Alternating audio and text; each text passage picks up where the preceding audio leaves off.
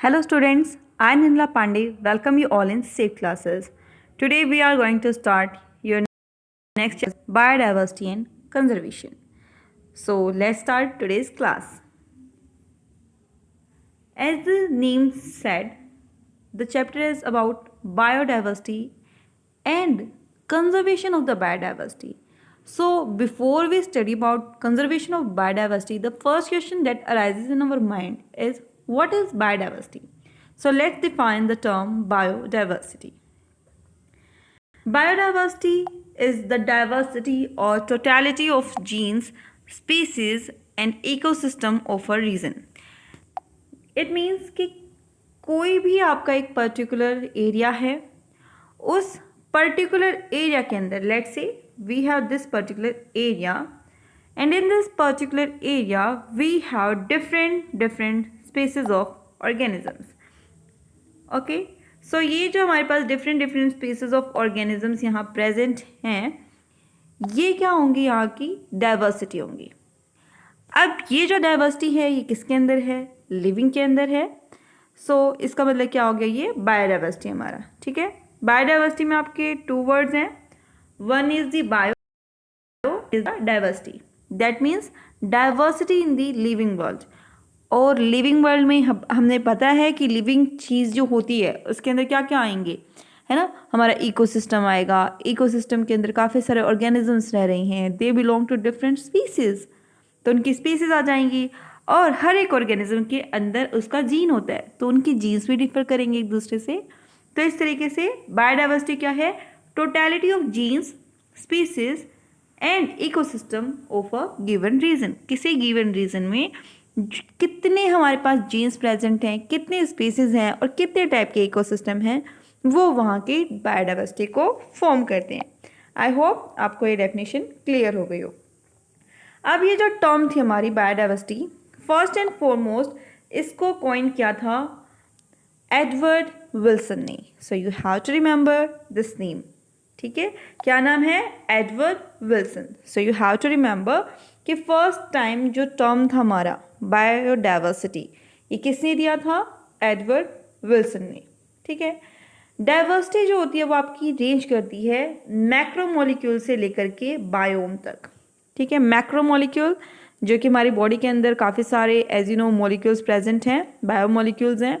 तो उसमें जो हमारे मैक्रोमोलिक्यूल्स होंगे उनमें भी वैरायटी होती है, और जो बायोम्स है हमारा उसके अंदर. तो मतलब एक स्मॉल स्केल से लेकर के एक लार्ज स्केल तक, as you can see in this definition, gene से लेकर इकोसिस्टम तक. स्मॉल स्केल से स्टार्ट करके हम कहाँ तक गए हैं? एक लार्ज स्केल तक. तो वही से कहा कि जो डाइवर्सिटी होती है ना, वो मैक्रोमोलिक्यूल से लेकर के बायोम्स तक हो सकती है. So you have to remember this. Now the question arises, जो हमारी डाइवर्सिटी है, और this chapter is all about biodiversity. So हमारी जो बायोडाइवर्सिटी है ना, उसको हम कितने लेवल पे स्टडी करते हैं या उसके कितने टाइप्स होते हैं? तो उनमें आपके 3 टाइप्स आ जाते हैं बायोडाइवर्सिटी के: genetic diversity, species diversity and ecological और ecosystem diversity. So let's study them one by one. Genetic diversity. So genetic diversity means what? That means जो वैरायटी है या जो आपका डाइवर्सिटी है वो किसके अंदर है? उनकी जीन्स में. ठीक है, किस में है? आपका जेनेटिक वर्ड है. दैट मीन्स कि जो हमारे अंदर वैरायटी है या हम जो डाइवर्सिटी की बात करें वो किस में? आपके जीन्स में है. अब ये जीन्स किसके होंगे? With in the same species. ठीक है, कि हमारे पास क्या है? जो स्पीसीज है ऑर्गेनिज्म की वो सेम है. उस सिंगल स्पीसीज ऑफ ऑर्गेनिज्म के अंदर जो जीन्स प्रेजेंट हैं वो जीन्स क्या कर रहे हैं? वेरी कर रहे हैं from each other. That means it is a species diversity. So let's read out the definition of genetic diversity. Greater the genetic diversity among organisms of species, more sustenance it has against environmental perturbations. Okay. So diversity, genetic diversity की definition क्या होगी? Diversity in the genes of a given species of the organism. कि किसी given species of organism के अंदर जो हमारी diversity है genes की, वो क्या है? Genetic diversity है. अब ये किस तरीके से हेल्पफुल होती है, तो इसने कहा कि जो हमारे एनवायरमेंटल पर्ट्यूबेशंस होते हैं, so what does this term perturbation means, that an alternation of the function of a biological system by external और इंटरनल मीन्स। ठीक है, कि कोई भी जो एक बायोलॉजिकल सिस्टम है हमारा, उस इकोसिस्टम के अंदर एक्सटर्नल फैक्टर हो या इंटरनल फैक्टर हो, ठीक है, एक्सटर्नल हो या इंटरनल मीन्स हो, उनकी वजह से जो अल्ट्रेशंस आ जाती हैं, चेंजेस आ जाते हैं, तो उन चेंजेस से क्या करती है जेनेटिक डाइवर्सिटी, उनको प्रोटेक्शन प्रोवाइड करती है। ठीक है, उनको रेजिस्टेंस प्रोवाइड करेगा कौन, हमारा जेनेटिक डाइवर्सिटी। अब इसमें आपका एग्जाम्पल क्या होगा, तो वो भी देखेंगे हम। तो इसमें आपका एग्जाम्पल है रवेल्फिया वोमिटोरिया का। ठीक है, सो एग्जाम्पल आपको इसमें याद रखना है, रवेल्फिया वोमिटोरिया। ये जो प्लांट है हमारा, ये एक जेनेटिक वैरायटी को शो करता है। सो यहाँ पे जो आपको पिक्चर दिखाई दे रही है, as you can see here is the picture of this plant Rauvolfia vomitoria. ये जो प्लांट है इसके अंदर क्या है, हमारे पास जेनेटिक वैरायटी है। ठीक है, और ये जो जेनेटिक वैरायटी है वो किस चीज़ के रिगार्डिंग है, वो भी ध्यान रखना है, रेस्प्रिन। ठीक है, रेस्प्रिन एक केमिकल सब्सटेंस है that is produced by this plant Rauvolfia vomitoria. और इस प्लांट के अंदर इस सिंगल केमिकल को प्रोड्यूस करने के लिए जो जीन प्रेजेंट हैं वो वेरी करते हैं बहुत ज़्यादा नंबर में। ठीक है, तो स्पीसीज तो सेम है रवेल्फिया वोमिटोरिया की, बट इसके अंदर जो जीन रिक्वायर्ड था उस रेस्प्रिन को फॉर्म करने के लिए, उसके अंदर क्या है हमारे पास काफ़ी वेरिएशन देखने को मिलती है। तो एक ये एग्जाम्पल हो गया आपका। फिर हमारा जो नेक्स्ट एग्जाम्पल है वो है कि जो हमारा राइस है, ठीक है, राइस के अंदर हमें 50,000 वेराइटीज़ जो है वो देखने को मिलती हैं, और मैंगो के अंदर हमको जो है ऑलमोस्ट 1000 जो है वेराइटीज़ देखने को मिलेंगी। So these are the example of genetic diversity. अब ये जो जेनेटिक डाइवर्सिटी होती है वो क्या करती है, वो जो हमारा ऑर्गेनिज्म है उसको, हमने कहा ना कि जो उसका एनवायरमेंटल पर्टर्बेशंस हैं, यानी कि जो एनवायरनमेंट में ऑल्ट्रेशंस आते हैं, चेंजेस आते हैं, उनसे उनको क्या करता है, प्रोटेक्शन प्रोवाइड करता है। तो जो हार्श एनवायरनमेंट होता है उसके अंदर जो डिजीज अक्कर कर सकती हैं, उनसे वो क्या करता है, इनको प्रोटेक्शन प्रोवाइड करता है। नेक्स्ट जो हमारा डाइवर्सिटी है, it is the species diversity. अब देखो स्पीसीज डाइवर्सिटी का मतलब क्या हुआ, जेनेटिक डाइवर्सिटी था, दैट मीन्स जो डाइवर्सिटी थी it was in the jeans of the same species. Species diversity का मतलब क्या हो गया कि यहाँ पे जो डाइवर्सिटी होगी वो क्या होगी, स्पीसीज के बीच में होगी। ठीक है, अब स्पीसीज के बीच में डाइवर्सिटी का मतलब क्या होगा, let's say we have an area, as you can see here, यहाँ पे हमारे पास क्या है, देखो एक जियोग्राफिकल एरिया गिवन है। इस जियोग्राफिकल एरिया के अंदर हमारे पास different different type of plants हैं। ठीक है, यहाँ पे हमारे पास क्या है, डिफरेंट डिफरेंट टाइप्स के जो प्लांट है वो ग्रो कर रहे हैं। तो एक गिवन एरिया के अंदर कितनी स्पीसीज प्रेजेंट होंगी वो वहाँ की स्पीसीज डाइवर्सिटी को शो करती हैं। अब स्पीसीज डाइवर्सिटी के अंदर हमें टू जो टर्म्स हैं वो ध्यान रखनी है। We have to remember two terms, these two terms are species richness and species evenness. So don't get confuse between these two terms, species richness and species evenness. अब देखो रिचनेस का मतलब क्या है, रिच है ना, नॉर्मली क्या होता है, रिच है मीन्स कोई, अगर हम बात करें रिचनेस की, दैट मीन्स उस पर्सन के पास जो मनी है वो एक्सेस में है, जो भी चीज़ें रिक्वायर्ड है वो मतलब उसके पास क्या है, ज़्यादा है, वो रिच है। ठीक है, in the same way species richness का मतलब क्या होगा कि अगर हमारे पास कोई गिवन जियोग्राफिकल एरिया है, इस गिवन जियोग्राफिकल एरिया के अंदर हमारे पास कितनी टाइप की जो स्पीसीज है वो प्रेजेंट है। ठीक है, तो एक गिवन एरिया में जितनी ज़्यादा स्पीसीज प्रेजेंट होंगी, दैट मीन्स वहाँ पे स्पीसीज रिचनेस बहुत ज़्यादा है। आई होप आपको ये टॉपिक क्लियर हुआ हो कि स्पीसीज रिचनेस का मतलब क्या है कि किसी गिवन जियोग्राफिकल एरिया के अंदर कितनी ज़्यादा स्पीसीज प्रेजेंट हैं, दैट मीन्स कि वो उसकी स्पीसीज रिचनेस है। ठीक है, So what does species richness refers? It refers to the number of species per unit area. किसी given area में कितने number of species present हैं, that means it is the species richness. For example, if we have two plots of land A and B, and the plot A has 24 species of plant and plot B has 84 species of plant, so plot B has species richness. मतलब कि मेरे पास दो plots है, उन दोनों plots में से जो प्लॉट A है मेरे पास और एक प्लॉट मेरे पास B है, ठीक है। अब जो मेरे पास प्लॉट A था उसके अंदर तो मेरे पास सिर्फ और सिर्फ 24 स्पीसीज़ हैं, और जो मेरा प्लॉट B है उसके अंदर मैंने क्या किया है, 84 स्पीसीज़ जो हैं प्लांट की वो प्रेजेंट हैं। तो अगर आप इसको पैसे के रूप में कंसिडर करेंगे तो हम क्या कहेंगे कि there are two persons, first is person A, second is person B। Person A के पास क्या है, 24 रुपीज़ है, पर्सन B के पास क्या है, 84 है। किसके पास ज़्यादा रुपीज़ हैं? Obviously you will say person B has more rupees.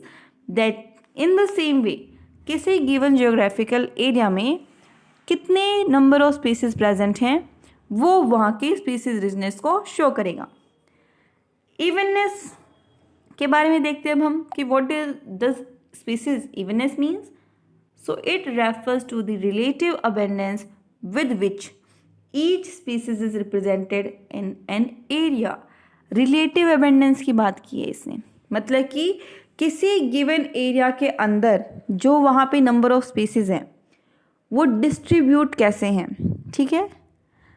तो उसके अकॉर्डिंगली क्या होगा वहाँ पे, हम उसको स्पीसीज इवननेस का बोलेंगे। अब इसने क्या कहा, मैथमेटिकली अगर आप देखो तो इसको हम कैसे डिफाइन कर सकते हैं मैथ के टर्म में, a measure of biodiversity which quantifies how equal the community is numerically. Numerically मतलब अब देखो अगर 84 स्पीसीज़ है, हम पहले वाला एग्जांपल ही लेते हैं, कंसिडर करते हैं प्लॉट बी के अंदर अगर 84 स्पीसीज़ हैं, तो अब हम उसमें देखेंगे कि ये जो 84 स्पीसीज़ है प्रेजेंट है वहाँ पे उनके नंबर्स कितने हैं, क्या सभी इवनली डिस्ट्रीब्यूटेड है। इवनली का मतलब क्या होगा, सबके पास क्या बराबर है, जो चीज़ें हैं वो बराबर गई हैं या नहीं गई हैं, ठीक है। फॉर एग्ज़ाम्पल मान लो एक घर है, उस घर में हम कहेंगे कि दे आर रिच। अब उस घर में रह रहे थे 5 मेंबर्स, ठीक है। So let's make an house. So here we have a house. इस हाउस के अंदर क्या है, 5 पीपल्स जो हैं वो रह रहे हैं, 1 2 3 4 एंड द 5। अब जो पर्सन हमारे पास 1 है इसको तो मिल गया 70% प्रॉपर्टी, ठीक है, और बाकी के जो पीपल थे इनमें क्या हो गया, इसका जो डिस्ट्रीब्यूशन है वो अलग हुआ, एक को 10 मिला, एक को 5 मिला, और बाकी का जो था वो बाकियों में बट गया। तो अब हम क्या देखेंगे कि यहाँ पे जो डिस्ट्रीब्यूशन है वो अनइवन है। यू विल से ये तो पार्शियलिटी हो गई, इस पर्सन को तो इतना बड़ा शेयर मिल गया और बाकियों को क्या हुआ है, बहुत कम शेयर मिला है, तो इसका मतलब यहाँ पे इवननेस नहीं हुआ। इन द सेम वे हम इवननेस की बात कब करेंगे, जितने नंबर ऑफ स्पीसीज हैं वहाँ पे वो क्या है, इवनली डिस्ट्रीब्यूटेड हो उस गिवन एरिया में। So if there are 40 foxes and 1000 frogs, the community is not very even। यहाँ पे हमने एग्जाम्पल लिया कि लेट से मेरे पास एक गिवन एरिया है, उसमें क्या है, मेरे पास 40 तो जो स्पीसीज थी वो फॉक्सेस की थी और 1000 उसमें क्या है हमारे पास डॉग्स हैं, ठीक है। तो अब हम क्या कहेंगे, यहाँ पे इवननेस नहीं है। क्यों नहीं है, क्योंकि डॉग्स का अमाउंट जो क्वांटिटी है ना वो बहुत ज़्यादा है और जो फॉक्सेस हैं वो बहुत कम है। तो यहाँ पे जो स्पीसीज़ की डाइवर्सिटी है वो तो प्रेजेंट होगी हमारी, लेकिन यहाँ पे स्पीसीज़ इवननेस नहीं है क्योंकि वो इवनली डिस्ट्रीब्यूटेड नहीं है। अब इसको अच्छे से एक बार फिर से समझते हैं हम लोग एग्जांपल्स के थ्रू। तो यहाँ पे हमारे पास देखिए कम्युनिटी 1 गिवन है और हमारे पास कम्युनिटी 2 गिवन है। This is the community 1, this is the community 2। So as you can see जो फर्स्ट कम्युनिटी है इसके अंदर भी 4 ट्रीज़ हैं, 1 2 3 एंड 4। सेकेंड कम्युनिटी में भी सेम 4 ट्रीज़ है हमारे पास, ठीक है। तो दोनों की दोनों में क्या है, स्पीसीज डाइवर्सिटी तो है, ठीक है, लेकिन क्या दोनों में स्पीसीज इवननेस है। So here you will observe that कि जो कम्युनिटी 1 थी हमारी, इस कम्युनिटी में जो स्पीसीज़ हैं वो सेम नंबर हैं, ठीक है, जो उसके मेंबर हैं वो सेम नंबर में हैं। First plant 25%, second plant 25, third plant 25, fourth plant 25। But जो हमारा सेकेंड कम्युनिटी था, कम्युनिटी बी, इसमें भी हमारे पास देखो स्पीसीज रिचनेस तो है, 4 स्पीसीज प्रेजेंट हैं, लेकिन they are not evenly distributed. एक को 6% ऑक्यूपाई कर रहे हैं, दूसरा 12%, third 70% and fourth 12%। That means species equally distributed नहीं है, यहाँ पे स्पीसीज इवननेस नहीं है, ठीक है। अब हम कहेंगे जो वेस्टर्न घाट है हमारा, उसके अंदर इंडिया में जो वेस्टर्न घाट का एरिया हमारा, वहाँ पे ग्रेटर डाइवर्सिटी है एम्फीबियन स्पीसीज की देन द ईस्टर्न घाट। तो ये आपको याद रखना है कि वेस्टर्न घाट और ईस्टर्न घाट में अगर हम कंपैरिजन करते हैं तो western Ghat is the different area, eastern Ghat is the different area. तो उन दोनों में अगर हम ऑब्जर्व करेंगे ना, तो एम्फीबियंस की जो स्पीसीज़ है वो कहाँ ज़्यादा मिलती है हमें, वेस्टर्न घाट के अंदर। सो ये पॉइंट आपको ध्यान रखना है। Now the next diversity is the ecological diversity, यानी इकोसिस्टम के अंदर डाइवर्सिटी बोलेंगे हम, ठीक है। सो इकोलॉजिकल डाइवर्सिटी का मतलब क्या होगा कि जो हमारी डाइवर्सिटी है इकोसिस्टम के अंदर, कितने टाइप के इकोसिस्टम हैं वो, ठीक है। तो इंडिया के अंदर जो है हमारा सबसे ज़्यादा डाइवर्सिटी जो है वो मिलती हैं, और इंडिया के अंदर डिफरेंट डिफरेंट बायोम्स हैं, जैसे कि अल्पाइन मिडो हो गया। तो यहाँ पे पिक्चर्स गिवन है, फर्स्ट इज द अल्पाइन मिडो, फिर उसके बाद रेन फॉरेस्ट भी है हमारे इंडिया के अंदर, डेजर्ट भी प्रेजेंट है हमारे इंडिया में, ठीक है। इसके अलावा हमारे पास वेटलैंड भी मिलते हैं और मैंग्रोव्स भी मिलते हैं। तो अब देखो इंडिया तो हमारा एक पर्टिकुलर एरिया हो गया एज यू नो, है ना, और हमारे इंडिया के अंदर सिर्फ एक तरीके का इकोसिस्टम नहीं है, हमारे इंडिया में डिफरेंट डिफरेंट टाइप के इकोसिस्टम है, like alpine meadows, rainforest, deserts, wetlands and the mangroves. तो यानी कि हमारा जो इंडिया है ये क्या है, यहाँ पे इकोलॉजिकल डाइवर्सिटी प्रेजेंट है। तो इकोलॉजिकल डाइवर्सिटी मतलब इकोसिस्टम के अंदर डाइवर्सिटी, ठीक है। और इससे पहले हमने क्या क्या पढ़ा, हमने पढ़ा species diversity, that means species के अंदर डाइवर्सिटी। इसमें हमने 2 टॉपिक्स किए, species richness and species evenness. उससे पहले हमने पढ़ा था जेनेटिक डाइवर्सिटी। सो स्टूडेंट्स, आज की क्लास में हम यही टॉपिक करेंगे, नेक्स्ट क्लास में मिलते हैं। Till then bye, have a nice day.